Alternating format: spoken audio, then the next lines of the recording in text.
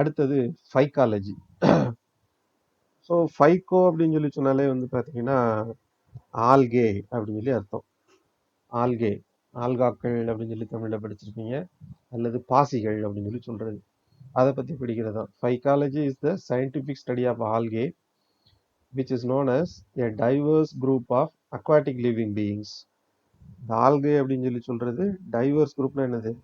வெவ்வேறு குழுக்களை சேர்ந்த அக்வாட்டிக் லிவிங் ஆர்கானிசம், நீர்வாழ் உயிரினம். இது வந்து அனிமல் கிடையாது, பிளான்ட் கூட சேர்ந்தது இந்த ஆல்கேங்கிறது. ஸோ ஆல்கேல வேறு வேறு வகைகள் இருக்குது. அந்த ஆல்கேஸ் பற்றி படிக்கிறது தான் ஆல்காக்கள். அதை பற்றி படிக்கிறது தான் ஃபைக்காலஜி. இந்த ஆல்காக்கள் வந்து மோஸ்ட்லி யூனிசெல்லுலா இருக்குது, மல்டி செல்லுலா இருக்குது. And they perform photosynthesis. அதில் வந்து ஒளிச்சேர்க்கைங்கிறது நடக்கக்கூடிய ஒரு உயிரினம். தண்ணியில தான் இருக்கும். அதுக்கு பேர் தான் வந்துட்டு ஆல்கா அப்படின்னு சொல்லி சொல்றது. இதை பற்றி படிக்கிறது படிப்புக்கு பேர் ஃபைக்காலஜி. And another field in the biology is parasitology. So parasitology is one of the branches of biology and medicine, and it works to understand parasitic organisms that live and feed on the host. So parasitic ஒட்டுண்ணிகள் அப்படின்னு சொல்லி சொல்லக்கூடியது. அந்த ஒட்டுண்ணிங்கிறது ஒரு உயிரினம் தான், ஒரு விலங்கு தான். நம்ம அதை வந்து யூனிசெல்லுலாரா இருக்கலாம், அல்லது மல்டி செல்லுலாரா இருக்கலாம். இதை வந்து parasitic ஆர்கானிசம் அப்படின்னு சொல்லி சொல்லுவோம். இந்த parasitic ஆர்கானிசம் எப்படி அதோட ஹோஸ்ட்னா என்னது, எந்த உயிரினத்துல போய் அந்த பாரசைட் வந்துட்டு நோயை உண்டாக்குதோ அந்த உயிரினத்துக்கு பேரு ஹோஸ்ட். உயிரின நோயை உண்டாக்கக்கூடிய ஆர்கானிசத்துக்கு பேர் பாரசைட். எந்த உடம்புல போய் அது வந்து நோயை ஏற்படுத்துறதோ அதுக்கு பேரு ஹோஸ்ட் அப்படின்னு சொல்லி சொல்லுவோம். இப்போ ஹோஸ்டோட பாடியில போய் அந்த பாரசைட் வந்துட்டு எப்படி உயிர் வாழுது அப்படிங்கிற பத்தி படிக்கிறது தான் parasitology அப்படின்னு சொல்லி சொல்றோம். இந்த ரைட் சைடில் இருக்கிறது வந்து பார்த்தீங்கன்னா எக்ஸ் ஆஃப் வேரியஸ் பாரசைட்ஸ். நீங்கள் இப்போ இன்வெர்டிபிரேட்டாவில் கூட படிச்சிருப்பீங்க, என்டமீபா ஹிஸ்டோலைட்டிகா அப்படின்னு சொல்லி படிச்சிருப்பீங்க, அல்லது இனிமேல் சொல்லி கொடுப்பாங்க உங்களுக்கு. பிளாஸ்மோடியம், இதெல்லாம் வந்து பார்த்தீங்கன்னா டீனியாசோலியம், இதெல்லாம் வந்து பாரசைட்ஸ். அஸ்காரிஸ் இதெல்லாம். ஸோ அது எப்படி வந்துட்டு மனிதனுக்கு வந்து நோயை உண்டாக்குங்கிறத பற்றி படிக்கிறது தான். அப்போ இது வந்து பயாலஜி, நம்ம உயிரியல்லையும் படிப்போம், மெடிசின் குறிப்பாக வந்து மருத்துவம் படிக்கிறவங்களும் இதை பற்றி படிப்பாங்க. அடுத்து வைராலஜி நம்ம முன்னாடியே பார்த்துட்டோம். It is a branch of microbiology. ஏன்னா வைரஸ்ங்கிறது நம்ம கண்ணுக்கு தெரியாத ஒரு உயிரினம். வைரஸ் வந்து பார்த்தீங்கன்னா அது வந்து ஒரு உயிரினம்னு சொல்ல முடியாது இப்போ. ஏன்னா உயிரினம்னா அது தனியாக இருக்கணும், அதுவாக ரீப்ரொடியூஸ் பண்ணணும், அந்த மாதிரி இருக்க முடியும். பட் வைரஸ் வந்து பார்த்தீங்கன்னா they are they cannot leave அட்டானமஸ்லி, they cannot lead a life அட்டானமஸ்லி. அது தன்னோட வாழ்க்கையை வந்துட்டு தனியாகவே சுயமா அதால வாழ்க்கையை வந்துட்டு வடிவமைச்சுக்கிட முடியாது. ஏதாவது ஒரு உயிரினத்தை சார்ந்து இருக்கணும். Either it has to depend on a bacteria or an animal cell or a plant cell. ஏதோ ஒரு செல்லு வேணும். அப்படி செல்லுக்குள்ள மட்டும்தான் இந்த வைரஸ் வந்து உயிரோட இருக்க முடியும். அதனால இதுவா தன்னால ரீப்ரொடியூஸ் பண்ண முடியாதுங்கிறதுனால இதை வந்துட்டு நம்ம இப்ப உயிரினம் சொல்லி தனியான ஒரு உயிரினம் சொல்லி சொல்றது இல்ல. பட் இது வந்து ரீப்ரொடியூஸ் பண்ணுது, அதனால இதை உயிரினம் இல்லைன்னு சொல்லிட முடியாது. அப்படி ஒரு உயிரினம் தான் இந்த வைரஸ் அப்படிங்கிறது. ஸோ இது வந்து பார்த்தீங்கன்னா பாக்டீரியாக்குள்ள இருந்ததுன்னா, பாக்டீரியாவை போய் இன்ஃபெக்ட் பண்ணுச்சுன்னா, அதை போய் தாக்குச்சுன்னா அந்த வைரஸுக்கு பேர் பாக்டீரியோ ஃபேஜ் அப்படின்னு சொல்லி சொல்லுவோம். பாக்டீரியோ ஃபேஜ், பாக்டீரியோ ஃபேஜ் அப்படின்னு சொல்லி சொல்றது. மனுஷன உயிரினம், அதாவது அனிமல்ஸ் எல்லாத்தையும் எல்லாத்தையும் அஃபெக்ட் பண்ணக்கூடிய வைரஸ் பேர் அனிமல் வைரஸஸ். அதே மாதிரி பிளான்ஸ்லேயும் வந்துட்டு சம் வைரஸஸ் காஸ் டிசீசஸ்.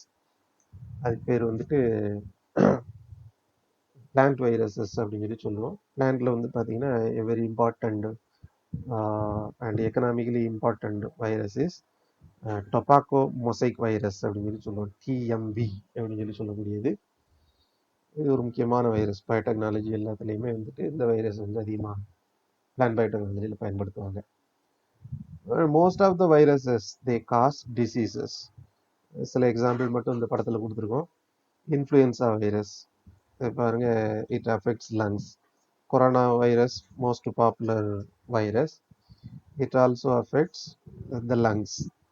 தென் ரோட்டா வைரஸ், நோரோ வைரஸ் இதுவுமே வந்து பார்த்தீங்கன்னா அலிமெண்ட்ரி கனால் டைஜஸ்டிவ் சிஸ்டத்தில் பெரும்பாலும் ரோட்டா வைரஸ் வந்து பார்த்தீங்கன்னா குழந்தைகளுக்கு வந்துட்டு அதிகமாக வயிற்றில் வந்து பிரச்சனைகள் உண்டாக்குறது இந்த ரோட்டா வைரஸ் அப்படின்னு சொல்லுவோம். இந்த வைரஸை பற்றி படிக்கிற படிப்பு பேர் வைராலஜி. அடுத்தது தியரிட்டிக்கல் பயாலஜி, அதுக்கு இன்னொரு பேர் வந்து மேத்தமெட்டிக்கல் பயாலஜி அப்படின்னு சொல்லுவோம். This is an interdisciplinary field. இன்டர் டிசிப்ளினரினா முழுக்க முழுக்க பயாலஜி மட்டும் கிடையாது, பயாலஜியோடு சேர்ந்து மற்ற அதாவது மேத்ஸு இதெல்லாம் சேர்ந்த ஒரு படிப்புக்கு பேர் தான் தியரிட்டிக்கல் பயாலஜி அப்படின்னு சொல்லி சொல்லுவோம். Field of scientific research with applications in medicine. மருத்துவத்துறையில் இந்த தியரிட்டிக்கல் பயாலஜிக்கு வந்துட்டு நல்ல ஒரு பயன்பாடு இருக்குது. Biology, medicine, biology and biotechnology. இது வந்து பார்த்தீங்கன்னா இந்த படத்தில் இருக்கிறது வந்து பார்த்தீங்கன்னா சிடி கான்ட்ராஸ்ட் இமேஜ் அப்படின்னு சொல்லி சொல்லக்கூடியது. பிரெயினில் இருக்கக்கூடிய பிரெயினில் எடுக்கக்கூடிய ஒரு ஸ்கேனிங் இமேஜ், சிடி ஸ்கேன் அப்படின்னு சொல்லி சொல்லுவாங்க. வெவ்வேறு பகுதிகளை வேறு வேறு மாதிரி கலரில் இந்த படத்தில் பார்க்கலாம் நீங்கள். அதை இப்படி வேறுபடுத்தி காட்டுறதுனால தான் இதுக்கு பேர் வந்து சிடி கான்ட்ராஸ்ட் அப்படின்னு சொல்லி ஸ்கேன் அப்படின்னு சொல்லி சொல்லுவாங்க, சிடி கான்ட்ராஸ்ட் இமேஜ் அப்படின்றது. ஸோ இது வந்து மூளையில் ஏதாவது சில பாதிப்புகளை வந்து பார்க்குறது. மூளைன்னு மட்டும் இல்லை, உடம்புல இருக்கக்கூடிய உறுப்புகளில் வெளியில் பார்க்குறதுக்கு தெரியாது, அந்த மாதிரி இடங்கள்ல என்ன பாதிப்பு இருக்குங்கிறத நம்ம பின் பாயிண்ட் பண்ணி இந்த இதில் பார்க்கலாம். சரி, இது எதுக்கு இந்த படத்து கூட வச்சுருக்கோம் அப்படின்னு சொன்னால், இந்த இமேஜ் எல்லாமே தியரிட்டிக்கல் பயாலஜி. அதாவது உங்களுக்கு வந்துட்டு இதில் வந்து ஃபிசிக்ஸு அந்த அண்டர்ஸ்டாண்டிங் இருக்கணும், பயாலஜி பற்றின நாலேஜ் இருக்கணும், கெமிஸ்ட்ரி இருக்கணும். இப்படி வேறு வேறு துறைகளில் வந்துட்டு நமக்கு அறிவு இருந்தால் மட்டும்தான் இதை வந்து நம்ம ஒரு என்ன சொல்கிறது மருத்துவத்துறையில் இதை பயன்படுத்த முடியும். அப்படி ஒரு இன்டர் டிசிப்ளினரி நாலேஜ் வந்து இருந்ததுன்னா மட்டுமே இந்த இந்த தியரிட்டிக்கல் பயாலஜி வந்து நம்ம முழுசாக பயன்படுத்த முடியும். இது ஒரு எமர்ஜிங் ஃபீல்டு, ப்ராமிசிங் ஃபீல்டு அப்படின்னு சொல்லி சொல்லலாம். அது நல்ல ஒரு வேலை வாய்ப்பு இருக்கக்கூடியது அப்படி ஒரு ஃபீல்டு. அடுத்தது செல் பயாலஜி, ரொம்ப முக்கியமானது நம்ம ஜுவாலஜியை பொறுத்தளவு. ஜுவாலஜின்னு மட்டும் இல்லை, பொதுவாக பயாலஜினாலே அதுக்கு அடுத்தது லெவலில் இருக்கிறது வந்துட்டு ஜுவாலஜியில் வர்றது செல் பயாலஜி தான். ஏன்னா all the living organisms are made up of cells. That is cell is the structural and functional unit of life அப்படின்னு சொல்லிட்டு செல் தியரி அப்படின்னு சொல்லி தியோடர் ஷ்வான் அண்டு மெத்தியா ஸ்லீடன் அவங்க 2 பேரும் ப்ரப்போஸ் பண்ண தியரிக்கு பேர் செல் தியரி அப்படின்னு சொல்லி சொல்லுவோம். செல் கோட்பாடு. இந்த செல் கோட்பாடு என்ன சொல்லுது? Cell is the structural, cell is the fundamental unit of life, that is structural and functional unit of life. ஒரு உயிரினத்துக்கு வந்து வடிவத்தையும் அந்த உயிரினம் வந்து எப்படி செயல்படணுங்கிறத தீர்மானிக்கிறது வந்துட்டு இந்த செல்லு தான். உங்க கை விரல் அசையணும்னு சொல்லி சொன்னால் அங்கே உள்ள செல்லு வேலை செய்யணும். உங்க விரல் வந்து ஒரு ஷேப்ல இருக்கணும் அப்படின்னு சொல்லி சொன்னால் அங்க எவ்வளவு செல்ஸ் இருக்கணும் அதுதான் தீர்மானிக்குது. இந்த மாதிரி ஒரு ஆர்கனிசத்தோட அமைப்பையும் அதோட செயல்பாடையும் வந்து தீர்மானிக்கிறது செல். அதனால எல்லா லிவிங் ஆர்கனிசமுமே வந்து செல்களால் ஆனது. செல் இல்லாததை நம்ம உயிரினம்னு சொல்ல மாட்டோம். ஸோ அப்போ செல் பயாலஜினா என்னன்னா, cell biology talks about the structure and function of cell. செல்லோட அமைப்பையும் அதோட வேலையையும் பற்றி படிக்கிறது தான் செல் பயாலஜி அப்படின்னு சொல்லுவோம். And the study revolves around the basic concept of biology. பயாலஜியோட அடிப்படை கோட்பாடு என்ன அப்படின்னு சொல்லி சொன்னா, cell is the fundamental unit of life. அடிப்படை அலகு, ஒரு உயிரினத்தோட அடிப்படை அலகு, அழகு இல்லை அலகு குண்டுலா. ஒரு அடிப்படை அலகு என்ன ஒரு உயிரினத்துக்கு அப்படின்னு சொல்லி சொன்னால் செல்லு தான். அந்த செல்லு வந்து எப்படி இருக்குது, இந்த ரைட் சைடில் பார்த்தீங்கன்னா தெரியும், ஒரு செல்லோட டிப்பிக்கல் ஸ்ட்ரக்சர் வந்து போட்டிருக்கோம். பட் இதே ஷேப்பில் இதே மாதிரி தான் எல்லா செல்லும் இருக்குமானா அப்படி கிடையாது. In human beings we have around 220 different types of cells. நம்ம உடம்புல மட்டுமே 220 வகையான செல்கள் வந்துட்டு அங்க இருக்குது. இப்ப லேட்டஸ்டா வர்ற புத்தகங்கள் இது வந்து முன்னாடி இருந்தது. இப்ப இது வந்து 210ன்னு போடுறாங்க. 220, 210 ஏதோ வச்சுக்கோங்களேன். இவ்வளவு வகையான செல்ஸ் வந்துட்டு நம்ம ஹியூமன் பீயிங்ஸோட பாடியில மட்டுமே இவ்வளவு இருக்குது. இப்ப எப்படி அதை வகைன்னு சொல்லி சொல்றோம்? அது ஒவ்வொன்றும் ஒவ்வொரு வேலை செய்யும். ஒன்னொன்னும் ஒவ்வொரு வடிவத்துல இருக்கும். அப்ப அவ்வளவு வகையான செல்கள் வந்து நம்மகிட்ட இருக்குது. இதை பத்தி படிக்கிறதா செல் பயாலஜி அப்படின்னு சொல்லி சொல்லுவோம். அடுத்தது இது ஒரு முக்கியமான ஃபீல்டு எவல்யூஷன். நான் முன்னாடியே சொல்லியிருக்கேன். Evolution is the study of heritable changes. Heritable அப்படின்னு சொல்லி சொன்னால் பாரம்பரியமாக கடத்தக்கூடிய மாற்றங்கள். பாரம்பரியமா கடத்துறது என்ன? இப்ப ஒரு உயிரினத்துல வந்துட்டு ஒரு சேஞ்ச் இருக்குது. இப்போ ஒரு பேர்ட்ஸ் இருக்குன்னு வச்சுக்கோங்களேன். அந்த பேர்ட்ஸ் வந்து இன்னைக்கு பறக்கக்கூடியது. சில இப்போ கொஞ்ச நாளா வந்துட்டு அதை வந்து அடைச்சி வச்சே வளர்க்குறோம். கொஞ்ச நாள் இல்லை, ஒரு ஒரு 1000 2000 வருஷம் அந்த பேர்டு வந்து பறக்கிறதுக்கான தேவையே இல்லைன்னு வச்சுக்கோங்க. இப்போ பறக்கிறதுக்குன்னா அங்கே விங்ஸ் வேணும், ஃபெதர்ஸ் வேணும்.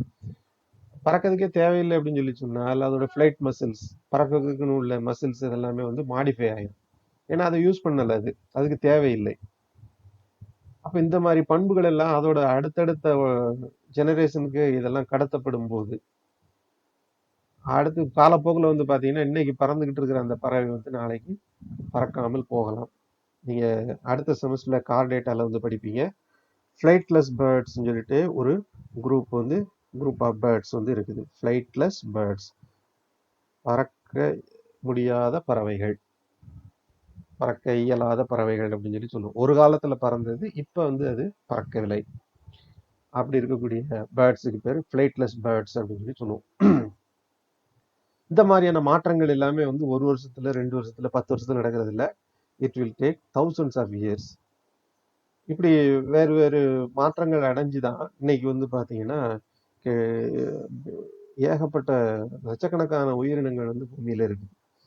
ஸோ எவல்யூஷன்ங்கிறது இந்த ஹெரிட்டபிள் சேஞ்சஸ், இந்த மாற்றங்களை பத்தி படிக்கிறது. Then diversification in different kinds of organisms. Diversification அப்படின்னு சொல்லி சொல்றது அது கிளைகளாக பிரிதல். ஒவ்வொரு உயிரினத்திலையும் வந்து சில உயிரினங்கள்ல ரொம்ப காமனா நம்ம பார்க்க முடியும். இப்போ ஃபிஷ்ஷஸ் எடுத்துக்கிட்டீங்கன்னு வச்சுக்கோ, எல்லா ஃபிஷ்ஷும் பார்க்கறதுக்கு ஒன்று போல இல்லை. நம்ம ஆற்றுல இருக்கிற மீன்லேயே பார்த்தீங்கன்னா நம்ம ஊர் பக்கம் அதில் வந்து ஐர மீன் ரொம்ப சின்னது, கெளுத்தி மீன், விரால் மீன், குறவை மீன், விலாங்கு மீன், இப்படின்னு சொல்லி ஏகப்பட்ட மீன். எல்லா மீனும் ஒன்று போல பார்க்கறதுக்கு இருக்காது, வேற வேற வகை இருக்கு. இதுக்கு பேர் தான் வந்துட்டு பார்த்தீங்கன்னா டைவர்சிஃபிகேஷன் அப்படின்னு சொல்லி சொல்றோம். ஃபிஷ் தான் எல்லாமே, பட் அதில் வேறு வேறு வகைகள் வந்துட்டு இருக்குது. இது டைவர்சிஃபிகேஷன் அப்படின்னு சொல்லி சொல்லுவோம். ஸோ இந்த டைவர்சிஃபிகேஷன் எப்படி நடந்தது? ஆரம்ப காலத்தில் ஒரு மீன் தான் இருந்திருக்கும், ஒரு வகை இருந்திருக்கலாம். இன்னைக்கு அதில் வந்து வெவ்வேறு வகைகள் வந்து உருவாயிருக்கலாம். இதெல்லாம் எப்படி நடந்ததுங்கிறத படிக்கிறது தான் எவல்யூஷன் அப்படிம்போம். 3rd இயர் வரும்போது உங்களுக்கு இந்த பாடம் வந்து ஒரு தனி பேப்பராகவே இருக்கும் எவல்யூஷன்ங்கிறது. அடுத்தது